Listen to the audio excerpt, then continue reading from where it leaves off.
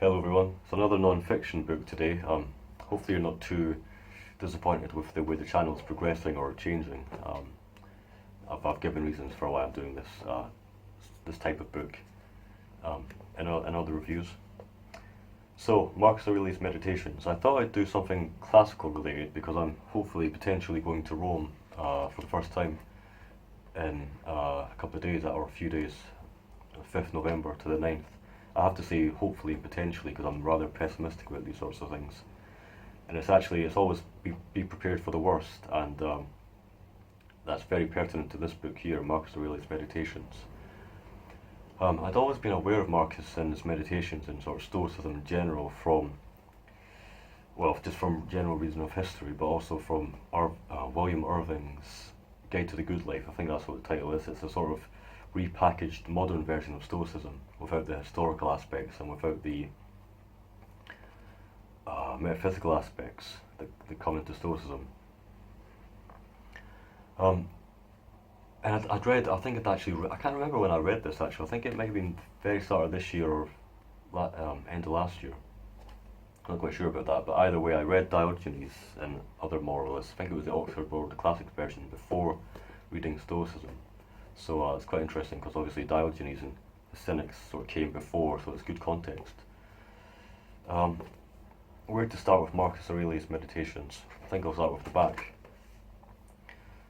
Written in Greek by the only Roman emperor who was also a philosopher, without any intention of publication, the Meditations of Marcus Aurelius offer a remarkable series of challenging spiritual reflections and exercises developed as the emperor struggled to understand himself and make sense of the universe.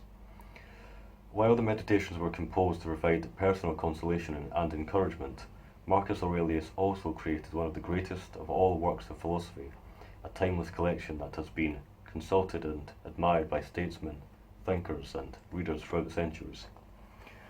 Now, this book is interesting because it's somewhat unfortunate to me that it's got this.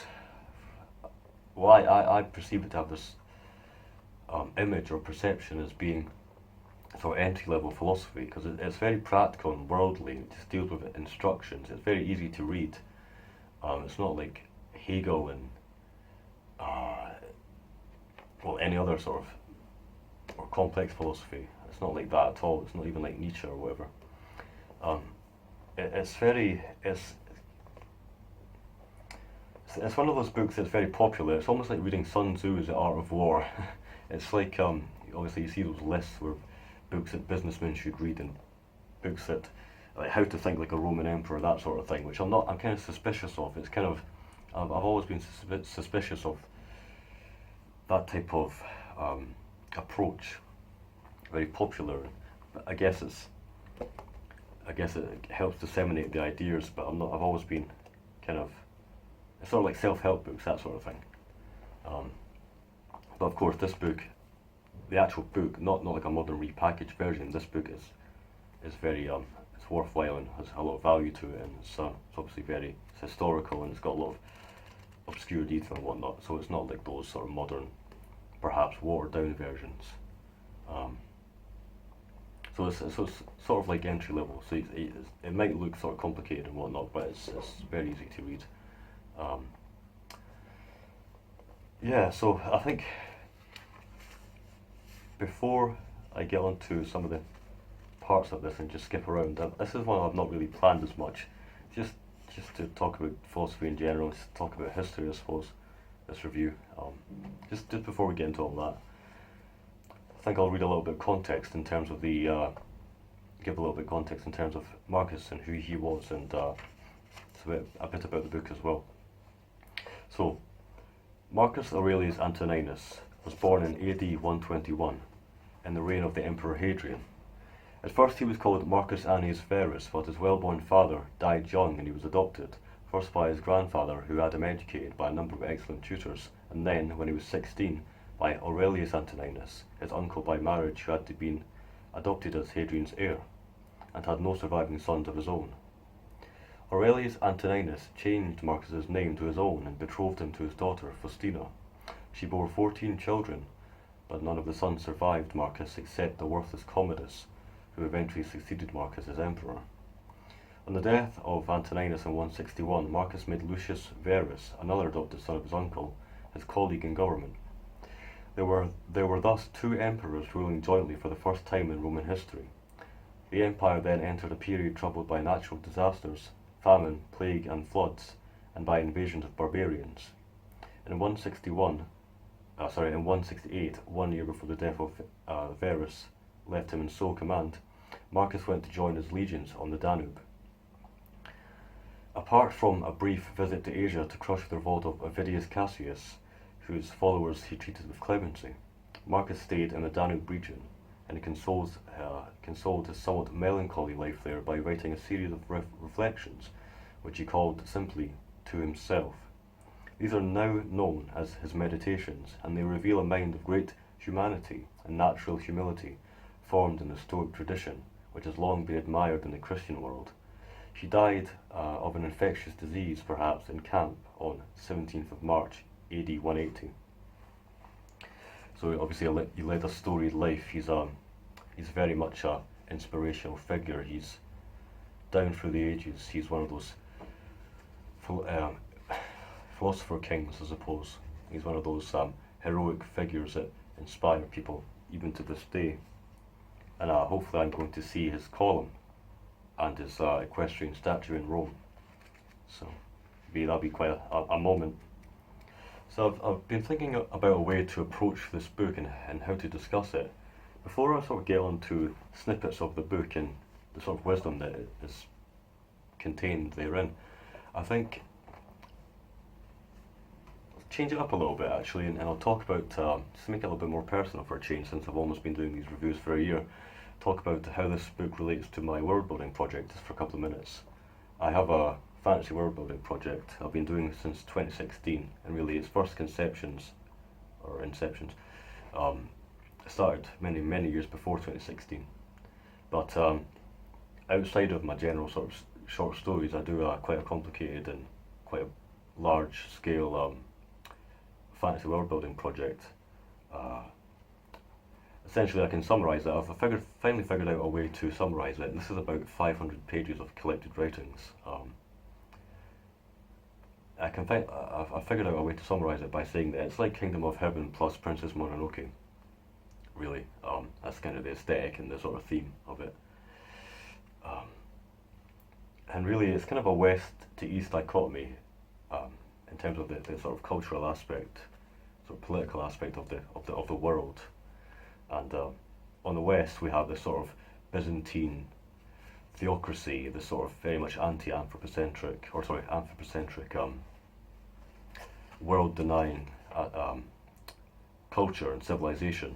And on the east, we have a sort of more classical humanist sort of Athenian democracy worldview, very much in line with sort of teachings in Marcus Aurelius' Meditations. Very much opposed. It's not black and white. I like to think it's not black and white, but these two sides are very much opposed, and that's kind of the very broad overview of this, as I say, 500-ish page series of documents I've been working on by myself and with my brother. And so I have, I should say, to just get to the point a little bit, I have an emperor called Ancelion, very much inspired by Marcus Aurelius, and Priam as well in the Iliad, or the Trojan cycle. So I'll skip a little bit around this book, just to give you an idea. I've not really got any particular parts in mind, because I will say one thing actually. One of the things that's negative about this book, despite how much value and wisdom it has, it's unfortunately it's a lot of repetition in this book. It's the editor himself says basically be prepared for a lot of repetition. Most of the sections in this book are very repetitive, and they say the same sort of they say the same thing over and over again, and the tenets are basically just described. The central tenets are introduced in the first couple of pages, and then over time it's kind of just saying the same thing over and over again in different ways, really, which is kind of unfortunate. It gets a little bit tiresome to read, although I did read this from cover to cover probably not the best way to do it, but so book 2, just to give you an example, written among the Quadi on the river Gran.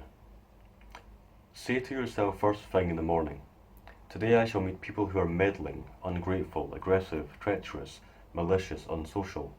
All this has afflicted them throughout their ignorance of true good and evil. But I have seen that the nature of good is what is right, and the nature of evil what is wrong, and I have reflected that the nature of the offender himself is akin to my own, not a kinship of blood or seed, but a sharing in the same mind, the same fragment of divinity. Therefore I cannot be harmed by any of them, as none will infect me with their wrong. Nor can I be angry with my kinsman or hate him. We were born for cooperation, like feet, like hands, like eyelids, like the rows of upper and lower teeth. So to work in opposition to one another is against nature, and anger or rejection is opposition. That's one of the main tenets of the philosophy of Stoicism. There's a huge thing that I wasn't quite aware of until reading this, of community. This is very much, it's, so of course you get kind of, I'll just very broadly say you get two kind of schools or general thoughts in philosophy where it's sort of pessimistic, like Schopenhauer and Emile Cioran, and you get the good side, you get like sort of Hegel and Kant and whatnot, I think. That's my way of thinking about it. So there's pessimistic philosophers and there's obviously more optimistic philosophers. I would say that this is a more optimistic book. It's very much, this book extols the virtue of trying to understand your fellow man. It tries to impart this sense of being part of a human community and doing your duty in a social, in terms of a social duty, doing your social duty to help others and to always achieve your best, essentially, for the good of other people. So as you can see there, he's saying that because those that annoy him are also human. They're almost of him. They're almost like another organ in his body, really.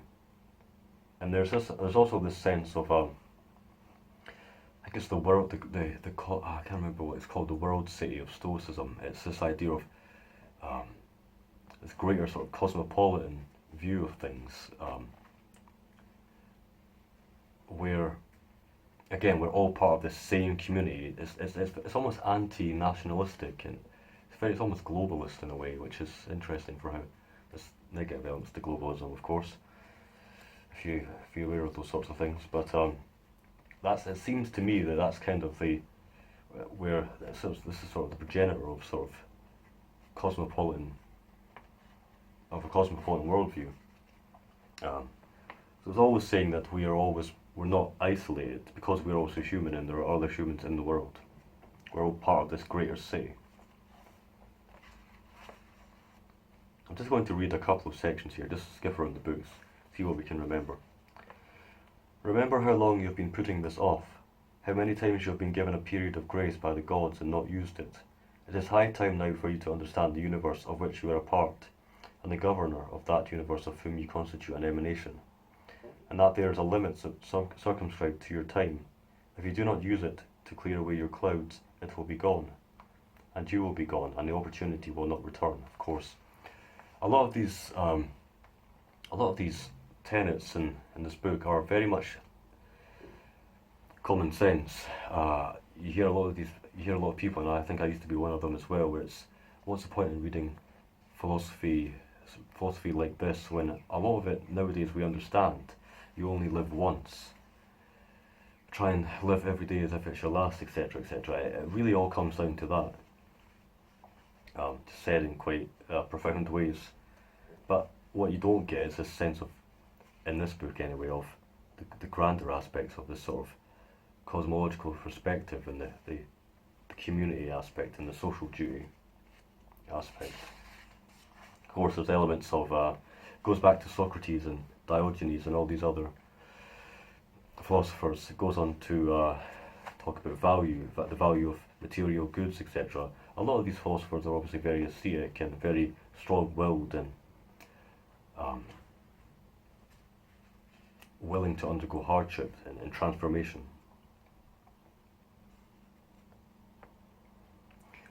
You may leave this life at any moment. Have this possibility in your mind in all that you do or say or think. The departure from the world of men is nothing to fear if gods exist, because they would not involve you in any harm. If they do not exist, or if they have no care for humankind, then what is life to me in a world devoid of gods or devoid of providence?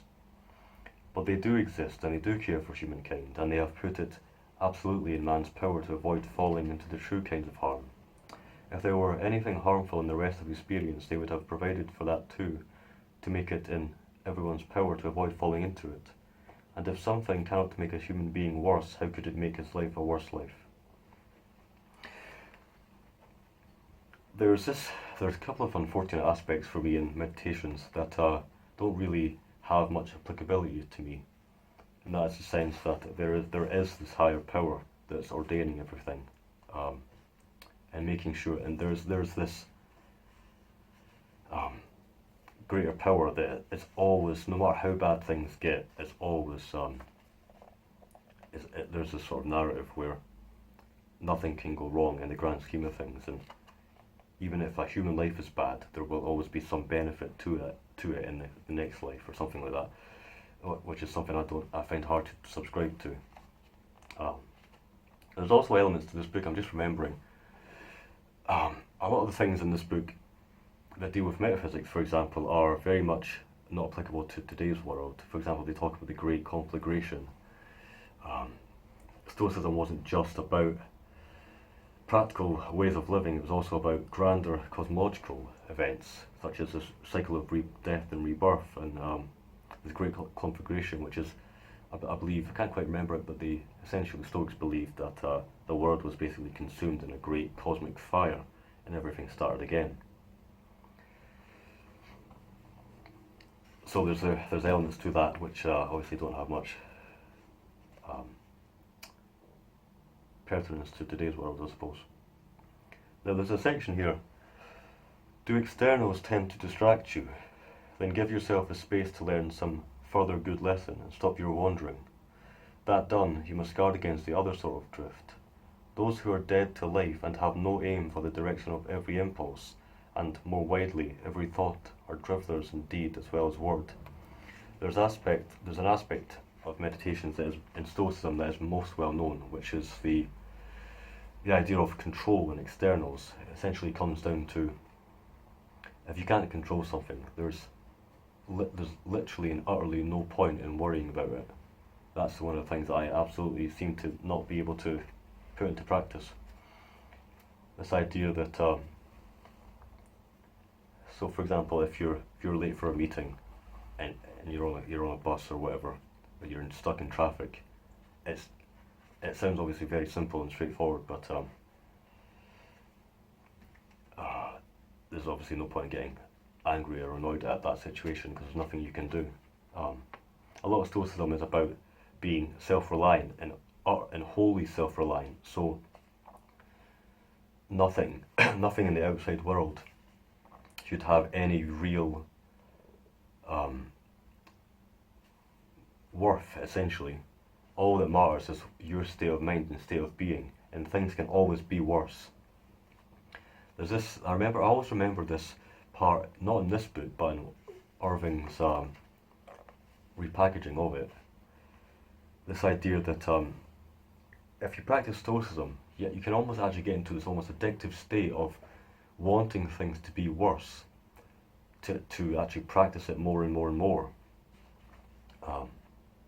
And to be able to train that muscle of self-reliance and sort of inner independence, I suppose.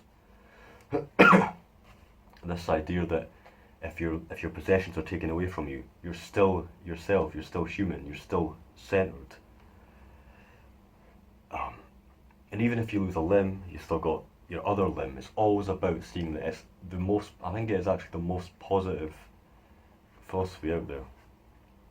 So all that matters is you've got yourself, and it is literally that. It's very extremely ascetic in that sense. Yeah, it's I find it very difficult to so just to go back to that example of being in control. I would tend to say if I was stuck in traffic, I would tend to say I would get angry because it didn't have to be like that, and I'm annoyed because it is like that. But I know there's nothing I can do about it. Just little things like that, and that's the easiest sort of that's the easiest one to put into practice. So basically, all is as thinking makes it so. That's really what it all comes down to. The retort made to Monimus, the cynic, is clear enough, but clear too is the value of his saying, if one takes the kernel of it as far as it is true. So basically, all is as thinking makes it so. So if anything bad happens to you, try and always reframe it into the most positive aspect. This is quite an uplifting one. You should take no action unwillingly, selfishly, uncritically, or without conflicting motives. Do not dress up your thoughts in smart finery. Do not be a gabbler or a meddler. Further, let the God that is within you be the champion of the being you are. A male, mature in years, a statesman, a Roman, a ruler. One who has taken his position at a post like a soldier, waiting for the retreat from life to sound, and ready to depart, past the need for any loyal oath or human witness, and see that you keep a cheerful demeanour, and retain your independence of outside help, and the peace which others can give. Your duty is to stand straight, not held straight. I think that really encapsulates it there. Encapsulates the foundation of Stoicism. It's all about,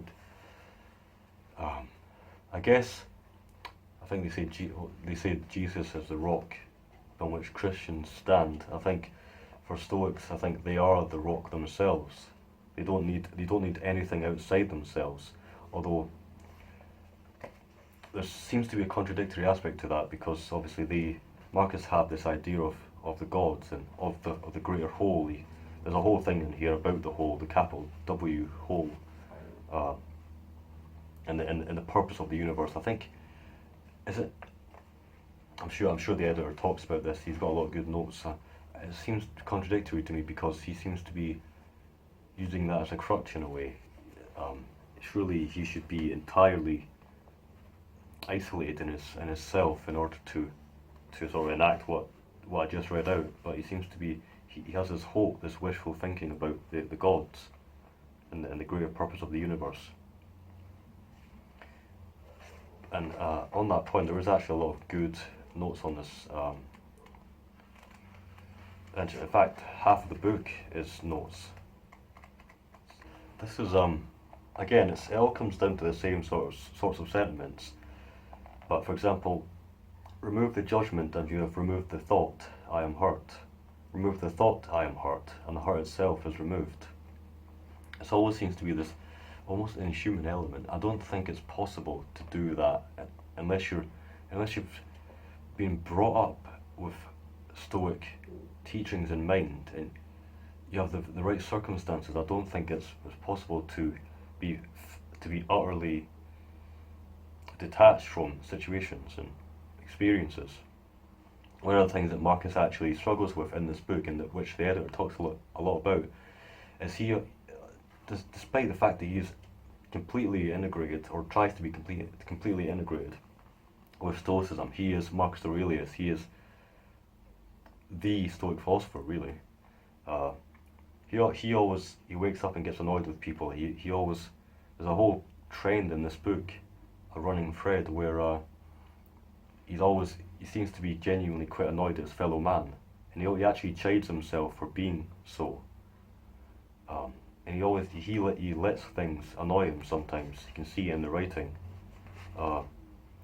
So it's extremely hard to put into practice, even though it sounds very simple.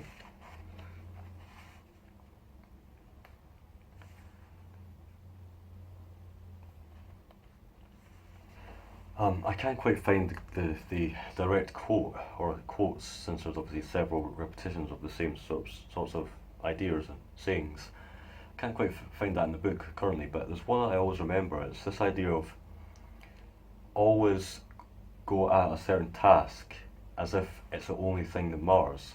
And even if it's just one small fragmentary part of a greater task that you're trying to do, all that matters is that you do that thing at the time. So if you're, for example, if you're writing a story, and you're struggling with the greater whole, greater narrative,